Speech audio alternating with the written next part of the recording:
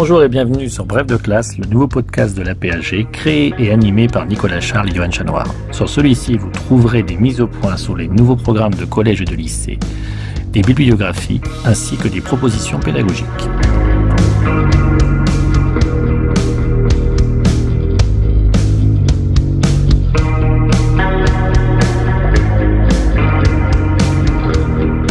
Bref de classe, une émission en deux parties. Tout d'abord, une présentation par un spécialiste des grands enjeux du thème au programme, puis ensuite un personnage et un document représentatif de la période. Document que l'on peut télécharger sur aphg.fr et le réutiliser en classe.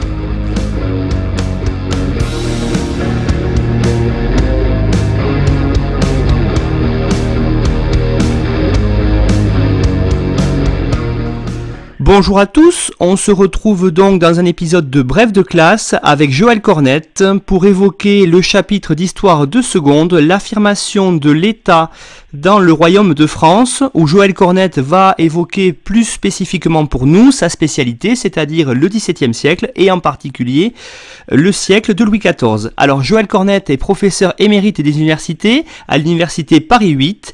Il a publié de nombreux ouvrages sur Louis XIV et sur le XVIIe siècle et a dirigé notamment la collection de l'histoire de France chez Belin. Joël Cornette, bonjour. Bonjour. Donc, merci de venir au micro de Bref de classe pour évoquer pour les collègues du secondaire, dans le cadre du nouveau programme de lycée, le chapitre l'affirmation de l'État dans le Royaume de France qui se fait en classe de seconde. Et avant de commencer véritablement, j'aurais aimé que vous nous disiez un petit peu en quoi ce chapitre-là est important au niveau, on va dire, de l'historiographie dans le cadre de la classe de seconde. Oui, c'est important dans la mesure où le XVIIe siècle est dominé par une figure un petit peu écrasante et la figure d'un roi, notamment, on va beaucoup en parler, Louis XIV. Louis XIV fait partie un peu des lieux de mémoire de l'histoire de France, ne serait-ce que, pensons simplement à Versailles, pensons aussi à l'historiographie. C'est-à-dire que depuis au moins la Troisième République, et même avant, on a érigé Louis XIV en une sorte de modèle d'État, de modèle de pouvoir, de modèle d'autorité, de souveraineté. Songez par exemple au livre d'Ernest Lavis. Ernest Lavis est un historien qui écrit au tout début du XXe siècle, qui a dirigé une histoire de France tout à fait considérable, et lui-même a rédigé le volume consacré à Louis XIV. Et quand on lit ce volume, on a vraiment l'impression de voir un programme de gouvernement. Et ce programme de gouvernement, d'ailleurs, c'est un peu celui de la Troisième République. Si vous voyez ce livre, Louis XIV d'Ernest Lavis, vous aurez le gouvernement économique, le gouvernement social, le gouvernement des âmes, enfin tous se focalisant en quelque sorte sur la figure du roi. Inutile de vous dire que la recherche depuis a un petit peu modifié cette conception des choses et que maintenant le règne de Louis XIV apparaît beaucoup plus complexe, beaucoup plus intéressant finalement que cette vision un peu uniforme et hégémonique d'un roi gouvernant tout. L'État c'est moi, on peut un peu résumer en une formule ce système, c'est une vision un peu apocryphe, c'est un mot d'ailleurs un peu apocryphe. Le véritable mot de Louis XIV, ça m'a très frappé d'ailleurs puisque j'ai écrit un livre spécifiquement sur la mort de Louis XIV. Louis XIV a prononcé une phrase peut-être plus intéressante. Je m'en vais, mais l'État demeure. Voilà. Et ça, c'est extrêmement intéressant. Je m'en vais, c'est-à-dire mon corps disparaît. Je suis un homme mortel, comme chacun d'entre nous, mais l'État demeure. Et ça, je crois que c'est tout à fait important, cette pérennité, finalement, de la chose politique de l'État.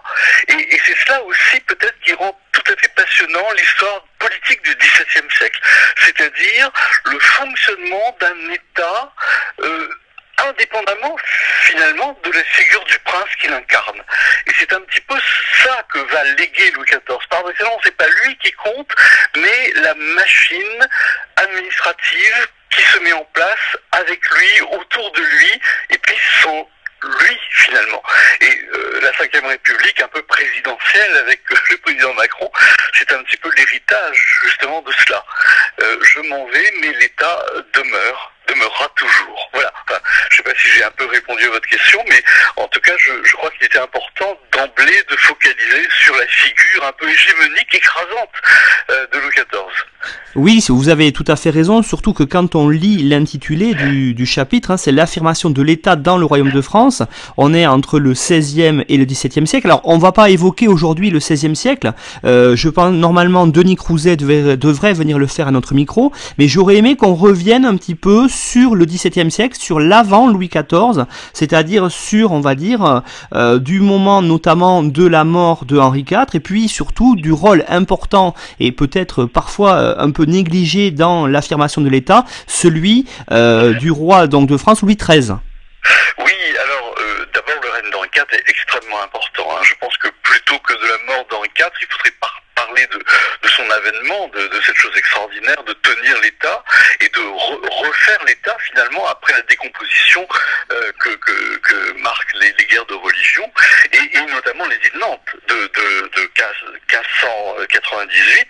L'édit de Nantes, c'est un acte absolument fondateur dans la mesure où il sépare le sujet qui doit obéir au roi de la personne privée qui est libre de sa foi. Et ça, c'est une invention formidable. La séparation, d'une certaine manière, du religieux et du politique.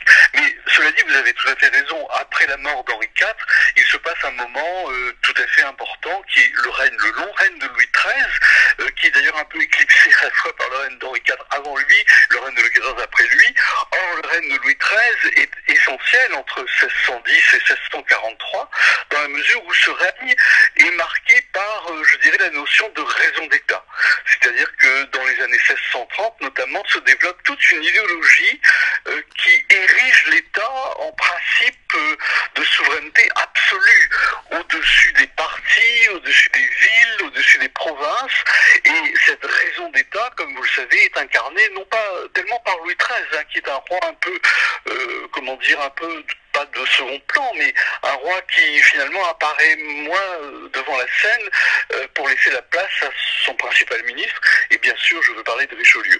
Et la figure de Richelieu est évidemment tout à fait importante, ce cardinal ministre qui incarne vraiment l'État entre 1624 et sa mort en 1642.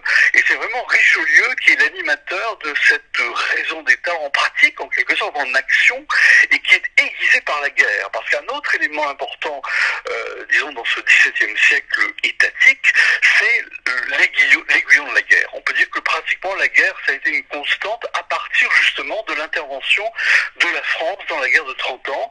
Cette intervention s'est faite progressivement. On parle d'abord de guerre couverte à partir des années 1630, et puis de guerre ouverte quand la France déclare directement la guerre à l'Espagne, puis à l'Allemagne, au Saint-Empire romain germanique, à l'empereur, en 1635.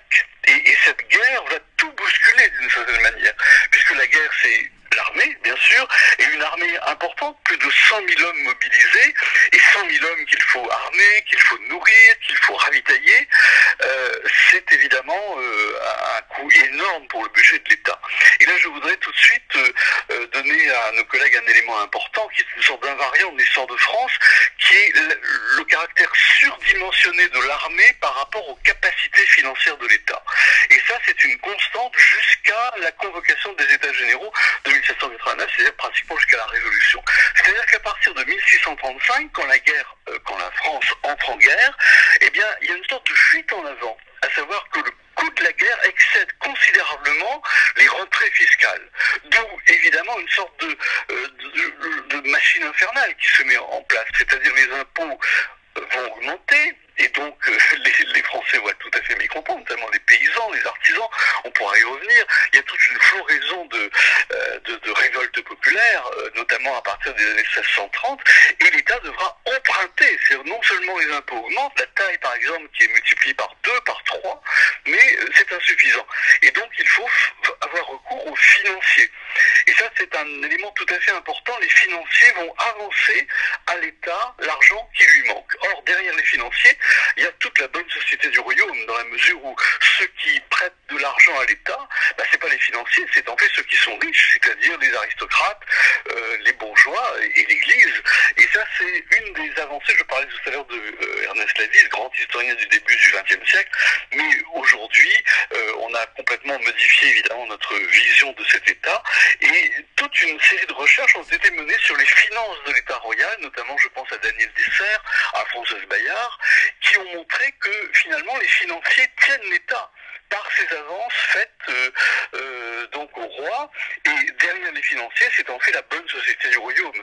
Et d'une certaine manière, c'est la bonne société du royaume qui tient l'État, qui tient le roi, par l'argent que cette société a avancé et qu'elle tient évidemment à récupérer. Et ça, c'est une sorte constante aussi dans l'histoire de l'Ancien Régime et du XVIIe siècle. Ça explique par exemple la fronde et le fait que la fronde échoue d'une certaine manière parce que il faut sauver l'État. Parce qu'en sauvant l'État et en sauvant l'État absolu, on sauve ses finances. Voilà, j'ai un peu résumé vite, mais lisez, c'est un livre que je recommande, la thèse de Daniel Dessert qui s'appelle Argent, pouvoir et société. Le titre d'ailleurs, c'est tout un programme. Et vous trouverez dans cette thèse justement une des clés d'explication de ce blocage de l'État royal par le financement qui provient finalement de la société civile, d'une certaine manière.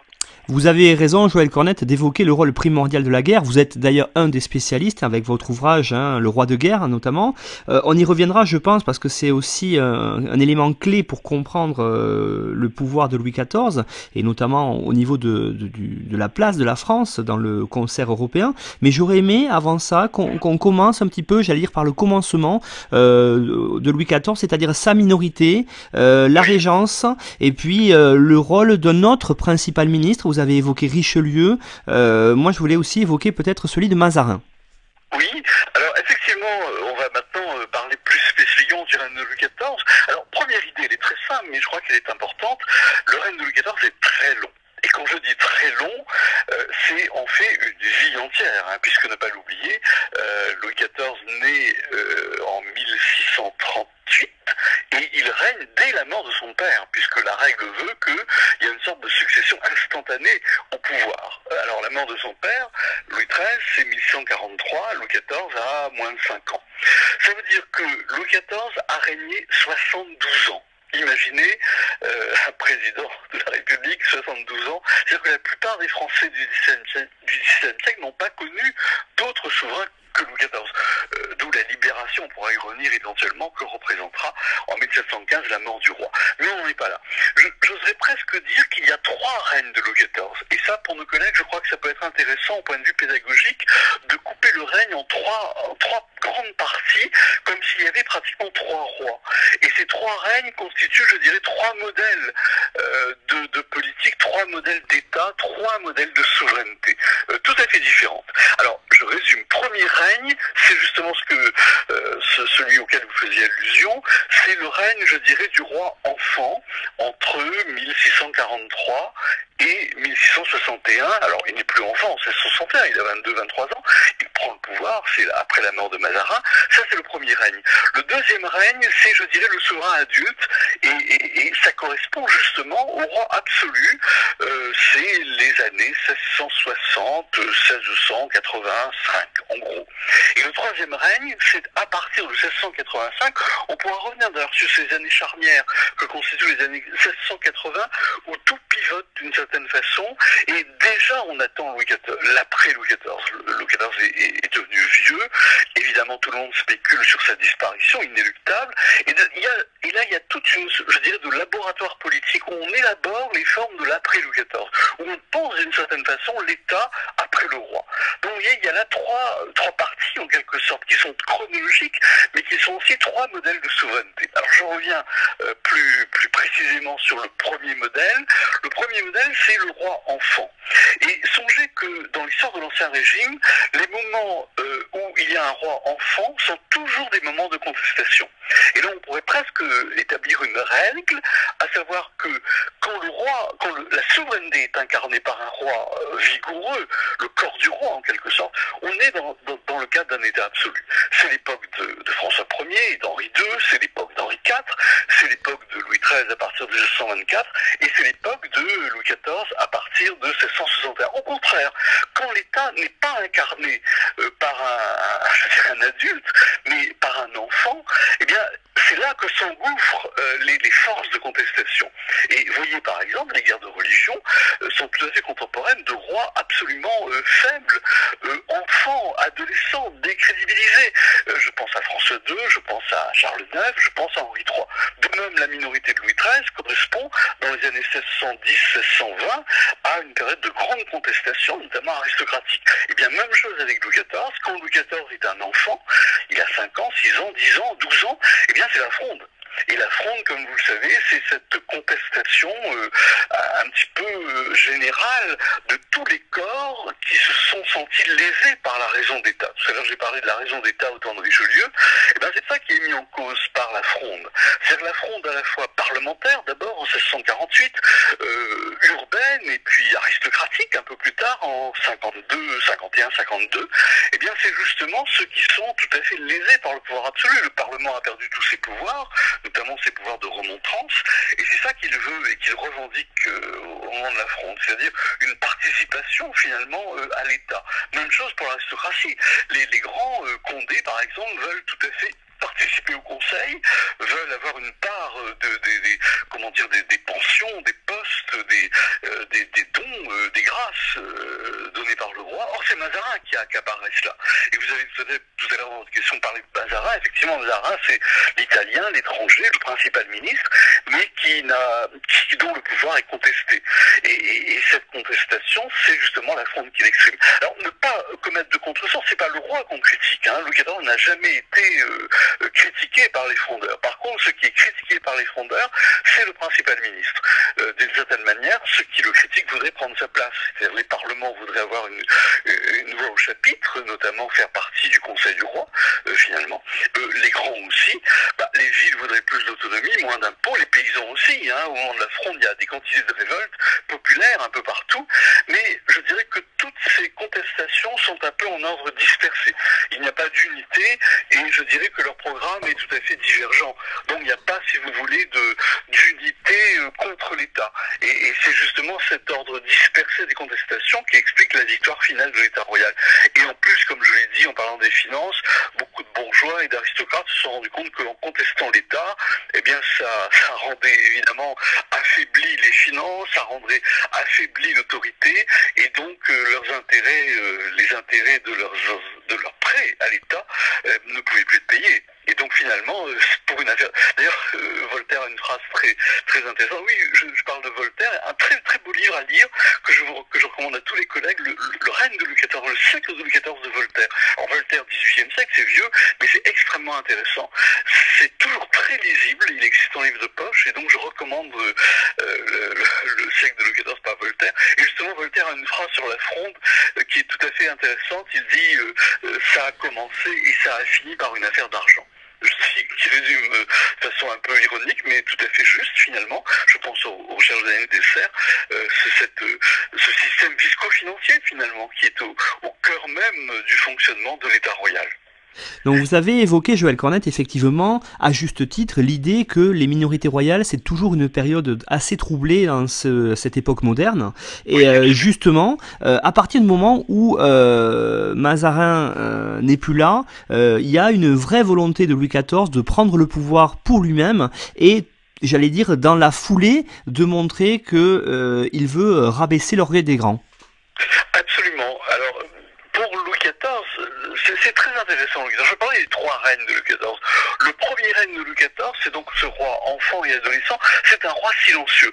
Tous les contemporains, d'ailleurs, ont été marqués par ce roi timide qui n'intervient pas. Mais évidemment, il va complètement changer après la mort de Mazarin. Je dirais que la Fronde, pour lui, ça a été une école politique. Et ça, c'est extrêmement important. Alors, Louis XIV, on dit que son éducation a été relative. Bon, c'est fou, il était bien éduqué. Mais surtout, il a été éduqué aux événements. C'est-à-dire qu'il a bien compris ce qui était en jeu à travers la Fronde. Il a bien compris aussi l'amour que lui portaient ces sujets, notamment en 1651, quand il a fait un peu le tour de France pour essayer, avec sa mère et Mazarin, de reprendre les provinces un petit peu en dissidence. Je pense notamment à la Bourgogne, à la Normandie, à la Guyenne. Et là, il a vu qu'il y avait vraiment une adoration du souverain, enfin de lui-même. Et c'est tout cela, évidemment qui lui a servi de leçon politique et qui explique ce deuxième règne, ce que j'ai appelé le deuxième règne de Louis XIV, qui est la période, je dirais, de gloire et de guerre, et qui correspond justement à la mort de Mazarin. Alors tout le monde connaît évidemment, alors ça fait partie des grands moments de l'histoire de France et du XVIIe siècle, le fameux conseil que Louis XIV réunit le lendemain même de la mort de Mazarin. Mazarin est mort le 9 mars, et dès le 10 mars 1661, il réunit le conseil en disant en gros, à partir de maintenant, c'est moi qui règne, tout doit passer par moi, par ma signature, et là vraiment c'est une deuxième naissance finalement, la naissance politique de Louis XIV. Et effectivement, à partir de 1661-62, Louis XIV, là c'est vraiment le roi absolu. Alors il n'est pas seul évidemment, et encore une fois l'État c'est pas simplement lui, il est entouré de spécialistes de l'autorité politique, je pense notamment à Colbert évidemment, à des gestionnaires, il développe évidemment, en tout cas il fait développer autour de lui un système d'autorité qui pénètre jusqu'au cœur des provinces, par la médiation des intendants, de la trentaine d'intendants qui gèrent chacun une généralité. Le dernier des ordres des intendants a été mis en place en Bretagne en 1689, on pourra revenir éventuellement sur ce point, et il y a toute la série de réformes poussées par Colbert, toute la série d'ordonnances sur le commerce, sur l'administration, qui réforme. Il y a une volonté vraiment de réformer l'État à partir d'un principe d'autorité qui part évidemment du roi. Alors j'ai l'air de jouer à la vis, c'est-à-dire de dire voilà, on retourne à cette vision d'un État fort, centralisé, mais en fait il faut nuancer, encore une fois, parce que beaucoup d'études ont montré en fait que par exemple les intendants qui travaillent chacun dans les généralités, eh bien leur travail c'est pas tellement un travail de contrôle et d'autorité absolue, mais je dirais un travail de compromis avec les classes dirigeantes. C'est-à-dire, il s'agit de voir à l'intérieur des villes qui sont les classes dirigeantes, essayer de voir avec eux comment gérer finalement l'administration de la province, parce qu'encore une fois, l'État n'a pas suffisamment d'officiers pour contrôler toute la société. Songez que cette société de Louis XIV, c'est 20 millions de Français, et qu'il y a à peu près 50 000 officiers, c'est-à-dire qui ont acheté des charges d'État et qui sont chargés donc d'administrer le royaume. 50 000 pour 20 millions. Donc il est évident qu'il ne peut pas y avoir de surveillance, de contrôle aussi absolu que l'idée qu'on pourrait se faire justement de l'État dit absolu. D'où donc toute une série de compromis, de tractations, province par province, ville par ville, entre les représentants de l'État et les représentants finalement des classes dirigeantes de chacune des provinces. Alors oui, Louis XIV, effectivement, vous l'avez énoncé, surtout cette partie centrale de son règne. Il est le roi absolu, on a parlé d'absolutisme Louis XIVien. Alors, est-ce que on est encore aujourd'hui dans cette idée-là totalement, je parle pas pour sa première partie du règne, mais pour la suite, ou est-ce qu'il n'y a pas quand même quelques limites à l'autorité royale? Alors, vous avez évoqué à l'introduction notamment les nombreuses révoltes dues à l'impôt. Oui. Voilà, est-ce qu'on ne peut pas parler quand même de certaines limites à l'autorité royale, malgré l'absolutisme? Il y a des limites évidentes. D'abord l'espace. Le royaume de ce temps, c'est quand même une dimension. C'est pas aujourd'hui en TGV, en quelques heures, on arrive à Marseille, mais l'espace-temps de Louis XIV, c'est autre chose. Il faut plusieurs jours pour aller jusqu'à Marseille. Donc évidemment, les ordres ont beaucoup de mal à parvenir. Entre la décision du roi au Conseil et l'application sur le terrain, il y a évidemment un déphasage extrêmement important. Et comme vous le dites, contrairement à l'idée qu'on pourrait avoir, le règne de Louis XIV a été marqué par des mouvements d'opposition. Je pense à une très belle étude que je recommande à tous nos collègues de Jean Nicolas, qui s'appelle La Rébellion française, et qui étudie justement toutes les révoltes populaires qui ont eu lieu depuis 1661 jusqu'à la Révolution. Et contrairement à l'idée qu'on pourrait se faire d'un royaume pacifié au temps de Louis XIV, on se souvient chacun sans doute de la phrase de Louis XIV, tout est également tout lieu, quand il raconte l'année 1661, celle de sa prise de pouvoir. Bon, en fait, c'est pas du tout ça. C'est-à-dire qu'au temps de son règne, il y a eu des mouvements de contestation. Et notamment des mouvements de contestation dus tout toujours à cet invariant dont je parlais dès le début de notre entretien, qui est la guerre, hein, puisque la guerre évidemment continue, on pourra y revenir. Le règne de Louis XIV est un règne de guerre. J'ai effectivement écrit un livre spécifique sur ce sujet qui s'appelle Le roi de guerre. Eh bien la guerre a entraîné des révoltes populaires extrêmement violentes, et je pense en particulier au moment de la guerre de Hollande, qui est une guerre importante, qui est un peu le pivot du règne, hein. La guerre éclate ou plutôt elle est déclarée en 1672, c'est une guerre d'agression. Louis XIV veut casser la puissance des Provinces-Unies, puissance économique notamment, et donc il entre en guerre contre les Provinces-Unies. Il croit que ce sera une guerre très rapide, ça devient en fait une guerre très longue, une guerre européenne qui dure 6 ans, et une guerre qui coûte cher, hein, 250 000 hommes mobilisés. Donc on retrouve ce problème de nourrir les soldats, de les armer, donc il faut beaucoup d'argent, et donc des impôts sont augmentés, notamment des impôts nouveaux qui sont décidés par Colbert, et c'est ces impôts nouveaux qui entraînent des révoltes notamment en Guyenne, et la révolte la plus importante, il se trouve que je suis breton et je me suis spécifiquement intéressé à elle, c'est la révolte qu'on appelle du papier timbré, qui éclate en Bretagne au printemps et à l'été 1675. Alors c'est une révolte extrêmement intéressante parce que c'est une révolte double. Une révolte d'abord contre l'État, notamment les villes, je pense à Nantes, à Rennes, se révoltent contre ce papier timbré, contre d'autres taxes aussi. Et puis très vite, cette révolte va devenir une révolte antiseigneuriale à la campagne, en Basse-Bretagne, autour de Carhaix en gros, Carhaix-Quimper. Et cette révolte éclate en juillet 1675. Et là, ça annonce déjà les mouvements populaires du XVIIIe siècle, qui sont plus des mouvements antiseigneuriaux qu'anti-étatiques. Donc, vous voyez, la révolte bretonne de 1675, c'est un peu justement les deux éléments, anti-État et anti-seigneurial. Mais comme toutes les révoltes du temps, elles sont écrasées très très vigoureusement par l'État royal. C'est un peu la lutte du pot de terre contre le pot de fer. Et le duc de Chaulnes, le gouverneur de Bretagne, à la tête de troupes venues d'ailleurs, notamment de Provence, a réprimé ville par ville, village par village, cette révolte, et donc qui s'est terminée par un échec, comme pratiquement toutes les révoltes du temps de Louis XIV.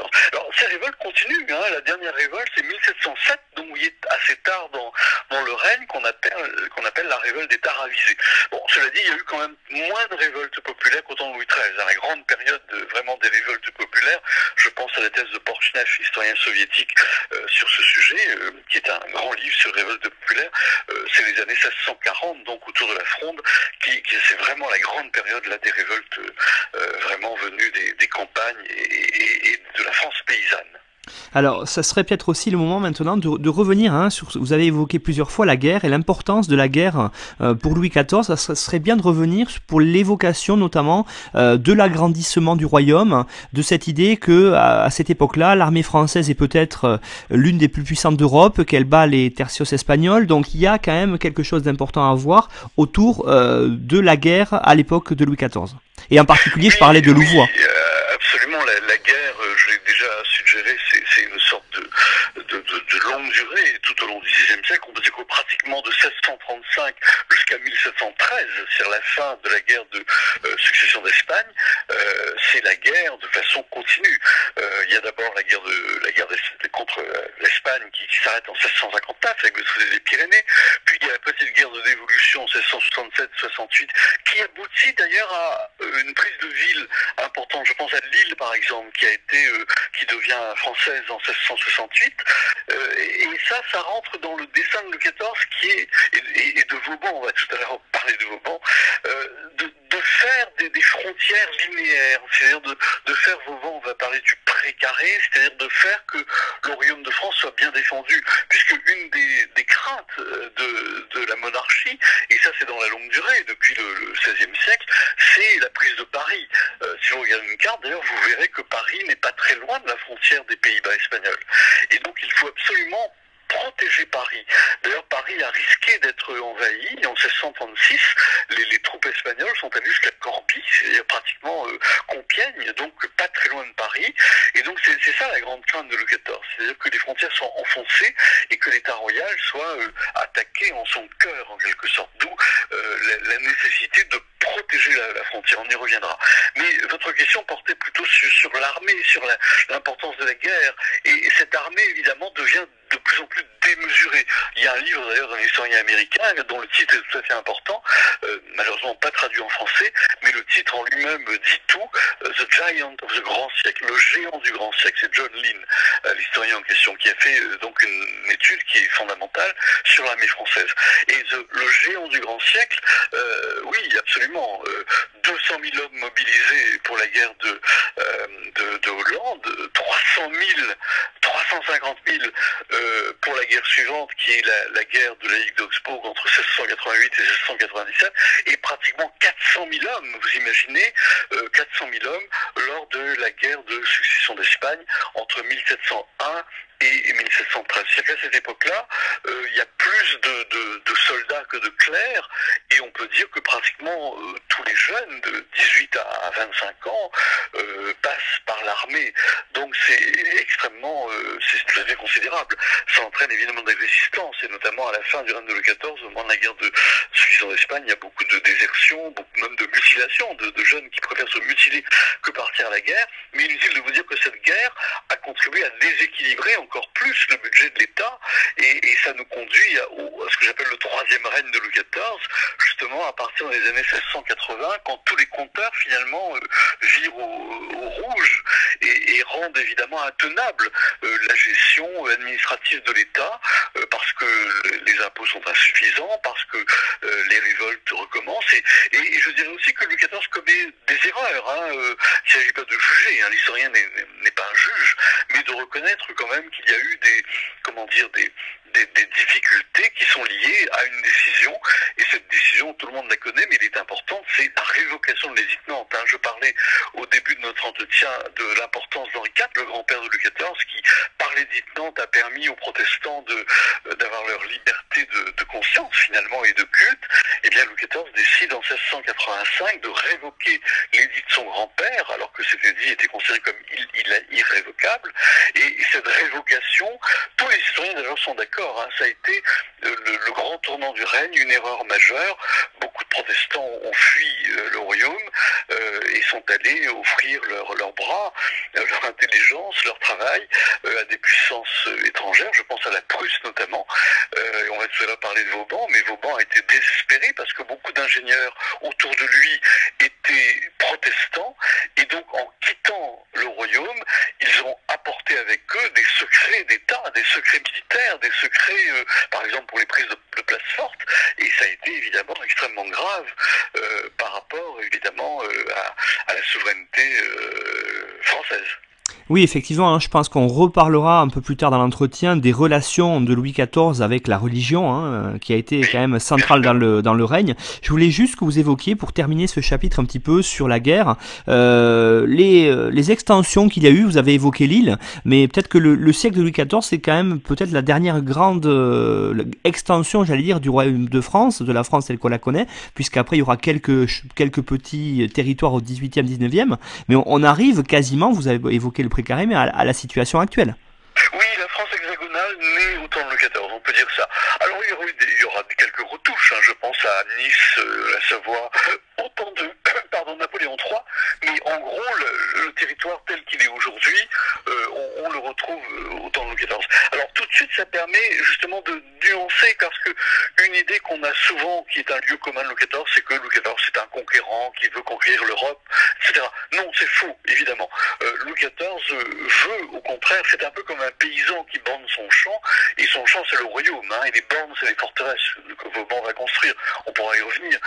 Mais voilà, c'est ça qu'apporte Louis XIV, c'est une sorte de consolidation territoriale de l'État-nation, et ça c'est évidemment tout à fait important, et on peut dire qu'à la fin de son règne, la France est solidifiée, elle est consolidée, même si la frontière de fer a été un peu enfoncée au temps de la dernière guerre de Louis XIV, la guerre de succession d'Espagne. L'île notamment a été prise, et on a eu peur encore que Paris soit de nouveau menacé, mais finalement ça s'est pas fait grâce à la victoire de Denain par Villars en 1712, mais voilà, en tout cas le territoire tel que nous connaissons aujourd'hui, on peut dire que c'est avec Louis XIV qu'il se constitue.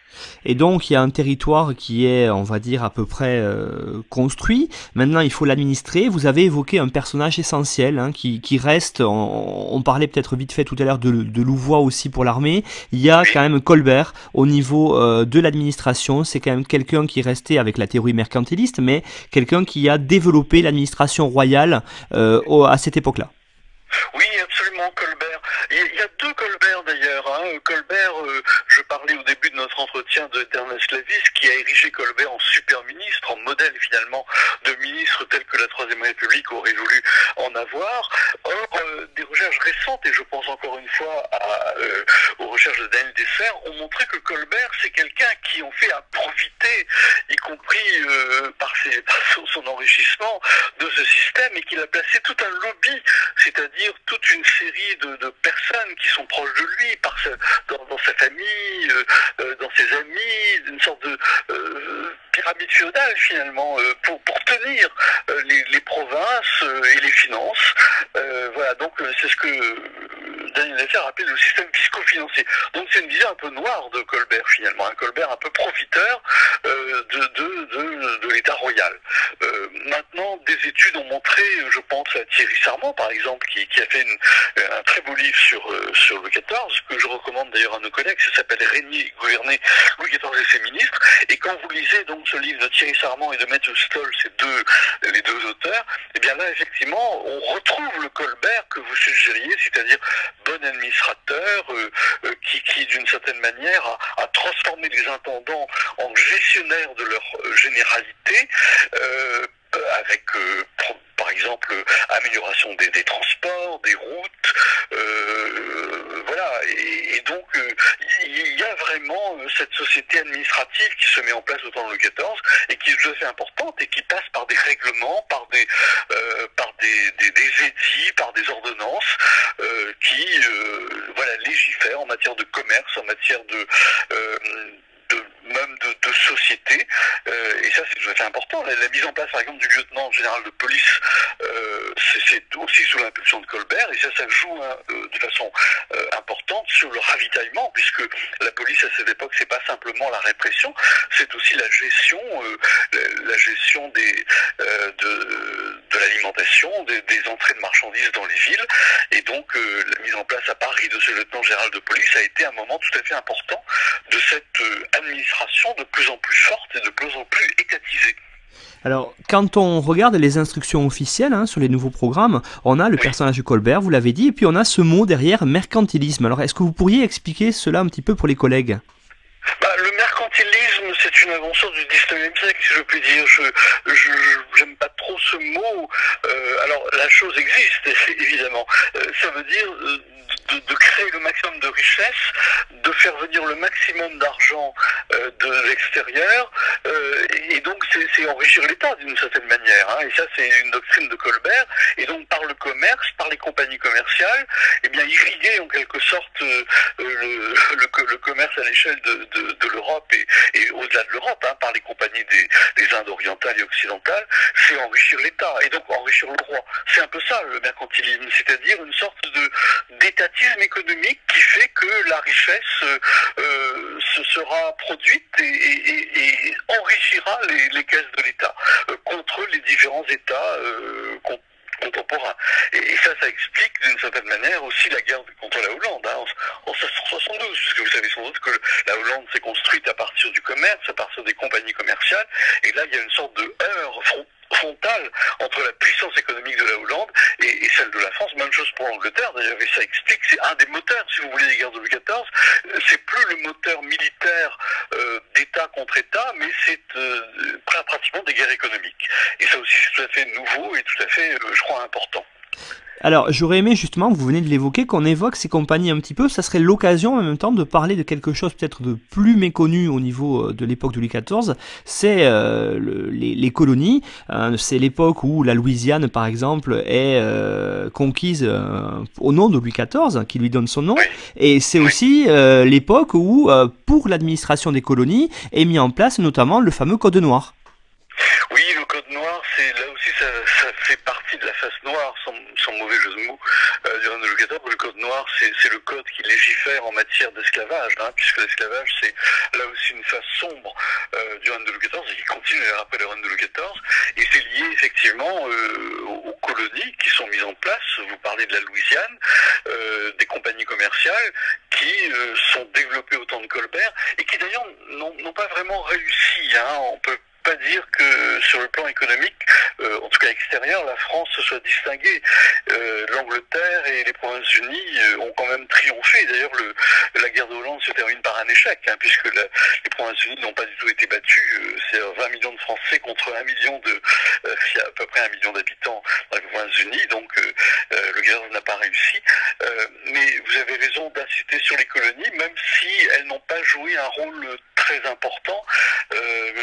Voltaire dira qu'on perd quelques arpents de neige à propos de la perte du Canada en 1763, mais ces colonies sont quand même importantes dans la mesure où elles servent un peu de laboratoire des formes administratives de l'État.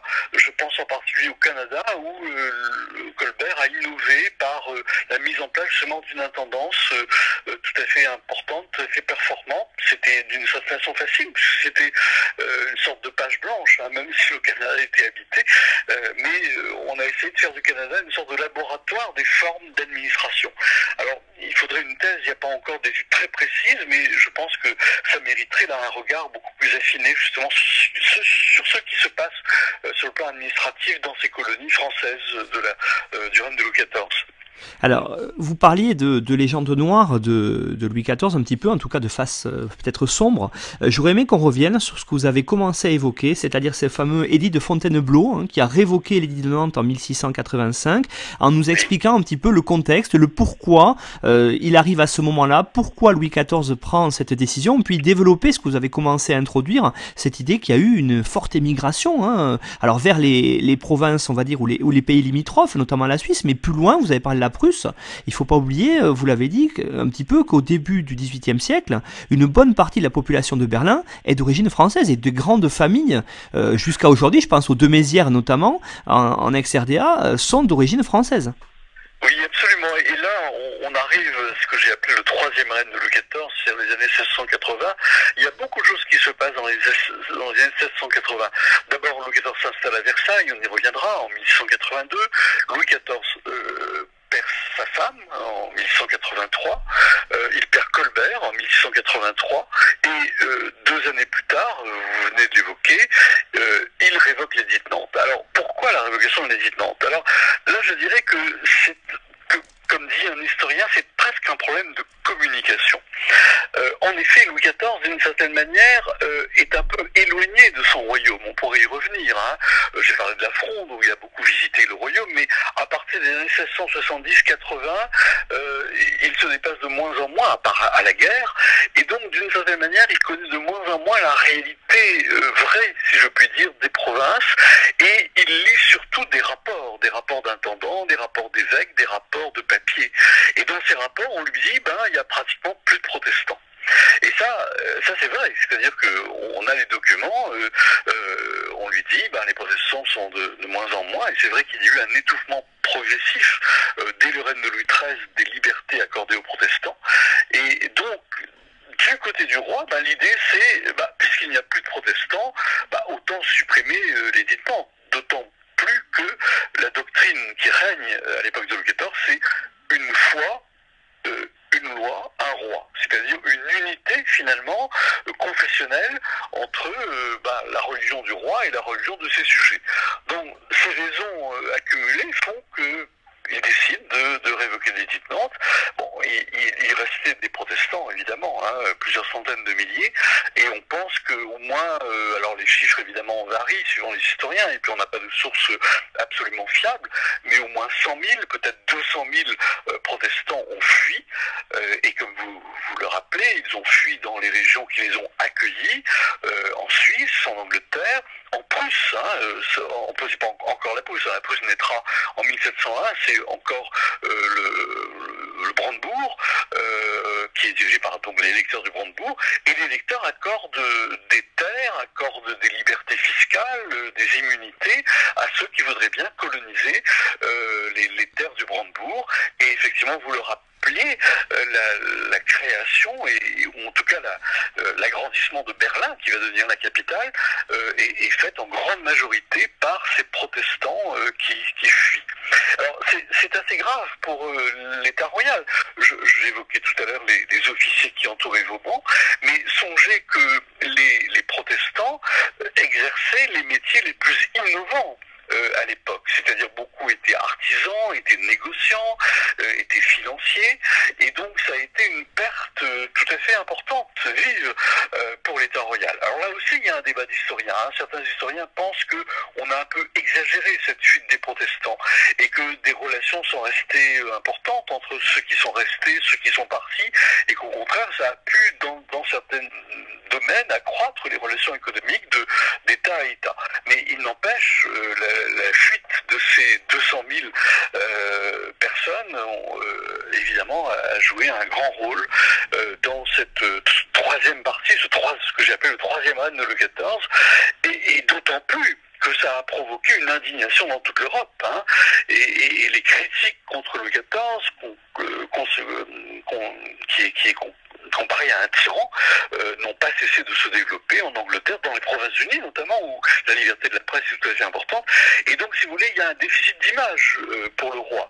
Et le tyran Louis XIV, maintenant, ça devient une sorte de lieu commun dans toute l'Europe, dans ces années 1690, 1680. Et puis, dernière conséquence, parmi d'autres, de la fuite des protestants, ça va provoquer la guerre, d'une certaine manière. La guerre avec d'Augsbourg, c'est une sorte d'association de tous les princes contre Louis XIV, qui devient un petit peu le Philippe II du XVIe siècle, qui se croit un peu le maître du monde, et donc il y a une réaction contre lui, et ça va provoquer une guerre européenne, voire même mondiale, puisque la guerre dite de la Ligue d'Augsbourg met en jeu les colonies, l'Inde, l'Amérique, et donc c'est, je dirais, presque la première guerre mondiale de l'histoire de la Terre qui se joue là dans les années 1680-1690. Et donc, à l'échelle française, c'est aussi la contestation, bien sûr, des protestants, avec les critiques des fameuses dragonnades, avec toute une image autour des camisards, qu'a étudié notamment Philippe Joutard, et puis un peu plus tard aussi dans l'histoire Patrick Cabanel. C'est vrai que j'aurais aimé que vous reveniez pour quelques instants sur cette idée-là, cette idée un petit peu de, j'allais dire presque anachronique, même si vous dites il ne l'est pas, puisque le cuius regio et ius religio, c'est en fait partout en Europe, sauf en France, où quelque part Henri IV avait un petit peu été, j'allais dire, avant-gardiste avec cette idée de paix religieuse, parce que partout en Europe, les sujets ont la religion du prince. Alors il faut comprendre. Absolument. D'ailleurs, les historiens allemands, je pense à Henschelling notamment, ont développé l'idée de confessionnalisation. Un peu partout dans cette Europe du XVIIe siècle, on est dans un régime de confessionnalisation, c'est-à-dire religion du prince égale religion des sujets. Ça a été le cas dans les États allemands, c'est le cas en Angleterre, c'est le cas évidemment en Espagne, dans les États italiens, et comme vous le dites avec raison, la France avec la Pologne est pratiquement le seul État où règne, à partir d'Henri IV, ou d'ailleurs avant, puisque Catherine de Médicis aussi, enfin je pense que Di Crouzet l'expliquera clairement, une volonté de cohabitation entre catholiques et protestants. Et c'est ça qui est rompu par l'éditement, finalement, par la révocation. Il y a une sorte de régression là, historique extrêmement forte qui va continuer jusqu'au XVIIIe siècle, puisqu'il faudra attendre 1787 pour voir de nouveau les protestants reconnus, et ensuite la Révolution, évidemment, va établir la liberté de culte. Mais il y a là vraiment une sorte d'histoire régressive, d'une certaine manière, comme quoi la notion de progrès, évidemment, peut se discuter, et l'époque de Louis XIV en est tout à fait une illustration. Oui, effectivement, avec l'image aussi des répressions. Et puis on a cette dernière partie du règne, vous l'évoquez, ce troisième règne, qui apparaît avec un roi vieillissant, avec des guerres qui coûtent très cher, la guerre de succession d'Espagne notamment, qui est aussi une guerre européenne, qui met quand même en place un Bourbon sur le trône d'Espagne, mais qui coûte très cher à la France et qui finalement termine, on va dire, presque mal ce règne de Louis XIV, puisque la France est à deux doigts d'être vaincue et sauvée par Villars in extremis. Voilà, alors cette fin de règne, en fait, est-ce qu'elle n'a pas un peu terni tout ce qu'on va revoir peut-être dans la deuxième partie de l'émission, notamment avec la construction de Versailles et le fait que ce XVIIe siècle reste quand même le siècle de l'apogée de la puissance française? Oui, c'est vrai que le troisième règne, c'est un règne un peu sombre, qui est marqué par des crises majeures. Je pense notamment, pas simplement aux crises dues à la guerre, que vous avez évoquées, mais aussi des crises qui sont liées, je dirais, qui lient l'ensemble de la société. Je pense par exemple à 1693, qui a été une crise de disette épouvantable, 93-94, et qui a provoqué peut-être 2 millions de morts en France, de faim pratiquement. Et puis le grand hiver de 1709, autre moment tout à fait important, entre janvier et mars 1709, il fait pratiquement -20 dans une grande partie de la France. Songez que la Seine est gelée, ça a été absolument dramatique, et ça s'ajoute à la guerre évidemment. En 1793, il y avait déjà la guerre avec d'Augsbourg, en 1709 la guerre de Suisse d'Espagne. Donc oui, tout un cumul de difficultés, des révoltes importantes en 1709 aussi, et le déficit financier, et puis les provinces enfoncées, enfin les provinces, les frontières enfoncées, au nord en particulier, donc toute une série vraiment de difficultés très graves. Mais je voudrais aussi insister sur le fait que la crise finalement, c'est aussi fécond, dans la mesure où la crise oblige les administrateurs à penser autrement l'État, à penser à des réformes, globales. Et je pense par exemple à Nicolas Desmarais, qui est le contrôleur général des finances de ces années-là, 1709-1710. Eh bien Nicolas Desmarais invente d'une certaine manière un nouveau système fiscal par un impôt finalement pesant sur tous. C'est le 10e, c'est une sorte finalement d'ancêtre de l'impôt sur le revenu, et ça c'est une nouveauté, une invention tout à fait formidable. Là je recommande d'ailleurs à tous les collègues un livre tout à fait intéressant qui est écrit par un de mes étudiants, d'ailleurs un de mes chercheurs, il s'appelle Stéphane Guerre, et il a fait sa thèse sur Nicolas Desmarais justement pour montrer toutes les innovations, le laboratoire finalement intellectuel, de réflexion théorique que représente justement la nécessité de sauver l'État finalement.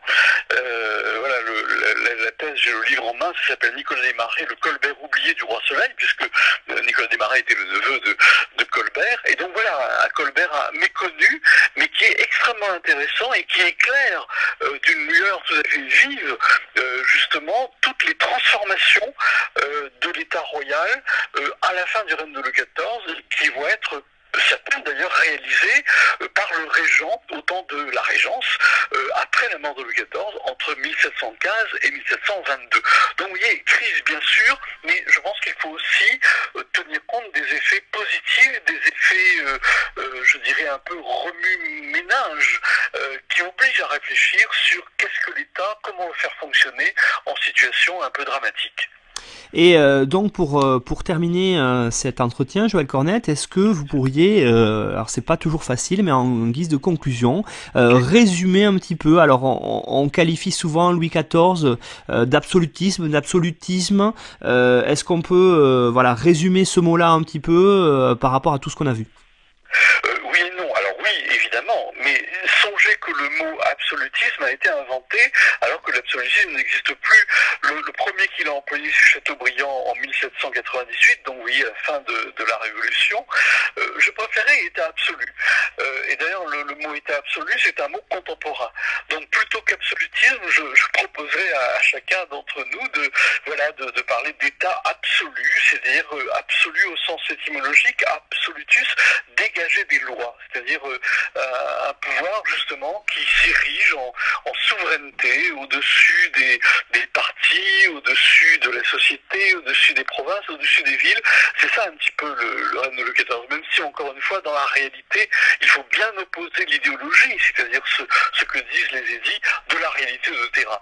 Et la réalité de terrain, ça a été plutôt une série de compromis, une série de tractations entre les représentants du roi et les représentants du pouvoir réel, c'est-à-dire les villes, les États provinciaux, les parlements dans les régions, etc. On n'en a pas parlé justement, mais tous ces pouvoirs intermédiaires ont été tout à fait importants au temps de Louis XIV. Par exemple, les États provinciaux à Rennes, en Bretagne, ont joué un rôle important dans l'administration de la province. Donc vous voyez, ça, on est loin de Louis XIV, mais des études récentes, je pense notamment à des études menées sur les États du Languedoc par Arlette Johanna, ont bien montré que ces États de province ont joué un rôle tout à fait important dans une sorte de co-administration avec l'État central un peu lointain. Et donc vous voyez, il faudrait un petit peu varier les projecteurs, éclairer évidemment le centre de l'État, mais tenir compte de façon extrêmement importante évidemment de tous ces relais de pouvoir qui se situent dans chacune des provinces de la France de ce XVIIe siècle. Joël Cornette, on vous remercie pour cette très bonne mise au point sur l'État donc au XVIIe siècle, sous Louis XIV en particulier. Alors on rappelle que vous avez fourni une bibliographie qui est disponible sur le site aphg.fr. Et puis on se retrouve dans la deuxième partie de l'émission. Vous allez évoquer, vous l'avez dit, le personnage central de cette époque-là, c'est-à-dire Vauban. Et puis on n'en a pas parlé, je pense, exprès dans cette partie-là d'émission, mais on le développera. On va parler de Versailles, de la société de cour et du lieu lui-même dans la deuxième partie. Merci Joël Cornette. Merci.